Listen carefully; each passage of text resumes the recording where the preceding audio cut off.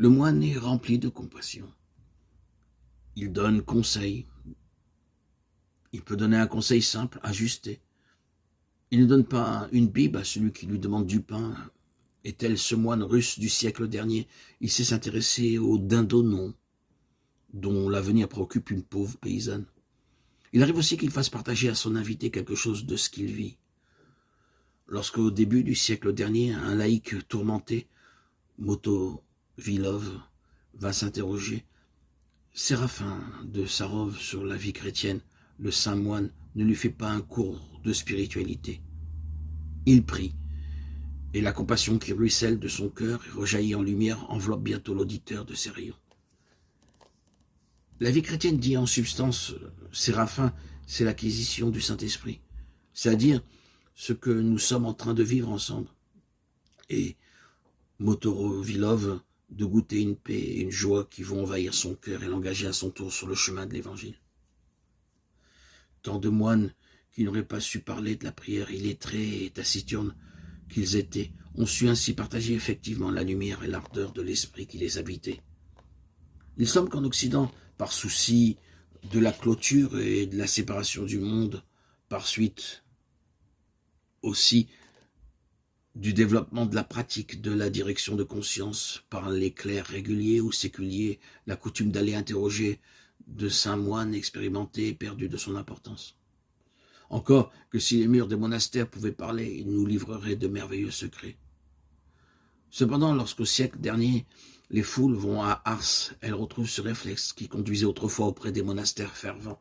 On ne va pas se faire dire la bonne aventure, on va consulter un clairvoyant, un homme de Dieu. Les réponses du curé d'Ars sont d'ailleurs dans le droit fil de celles des pères du désert. En Orient, principalement dans l'orthodoxie, la coutume d'aller auprès des moines chercher une parole s'est largement maintenue. En Union soviétique, on est étonné des foules qui continuent à fréquenter les monastères ouverts, tout autant que la disponibilité et de la compassion des moines pourtant farouchement attachés au silence et à la solitude. Le monastère de la Trinité Saint-Cherge à Zagorsk demeure encore un haut lieu de prière, mais aussi de consolation, de compassion pour toutes les détresses. Le mont Athos, avec ses milliers de moines, a depuis plus de 2000 ans joué ce rôle. Des foules de pèlerins venus de tout le monde orthodoxe y sont venus, y ont prié, s'y sont confessés, y ont reçu des conseils, à moins qu'il n'y soit resté tel celui qui devait devenir le Tsaretz Tsilouane, dont les textes admirables ont été récemment traduits en français. Et ce qui m'a permis, entre parenthèses, moi Arnaud Joseph, de les publier sur de nombreux audios. Ce fut d'ailleurs mes premiers, tellement ces écrits de Silouane m'ont touché, m'ont édifié, m'ont permis de monter un échelon supplémentaire dans ma croissance spirituelle.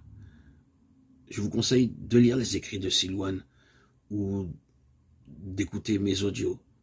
Ils sont très faciles à identifier. La photo de Silouane se trouve sur chacune des audios que j'ai faites et que j'ai reproduites en son nom.